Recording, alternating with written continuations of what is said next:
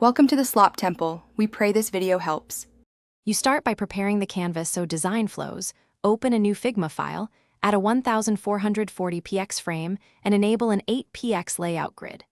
Next, import brand assets and define text styles and color tokens so components stay consistent. Once done, create reusable components for header, footer, and buttons, group them logically in the Assets panel.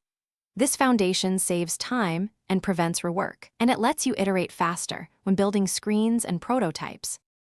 You now construct the interface by designing atomic components with auto layout so they resize predictably. Create variants for states like hover, active, and disabled. Then assemble screens using those components, applying constraints to keep layouts responsive across breakpoints. Once screens are composed, add prototype links and micro-interactions. Choose Smart Animate and Easing to communicate motion intent. Make sure to test flows in presentation mode. Iterating here clarifies usability. You finish by preparing a clear handoff for developers. Mark export scales, include measurement specs, and publish a library for tokens and components. Once done, run accessibility checks, verify color contrast, tab navigation, and minimum font sizes, then document interactions and edge cases inside Figma notes. If something breaks, check constraints and auto layout first.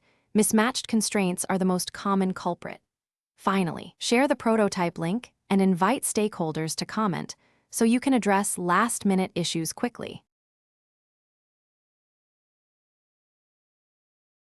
Thanks for watching. Consider subscribing if we helped you.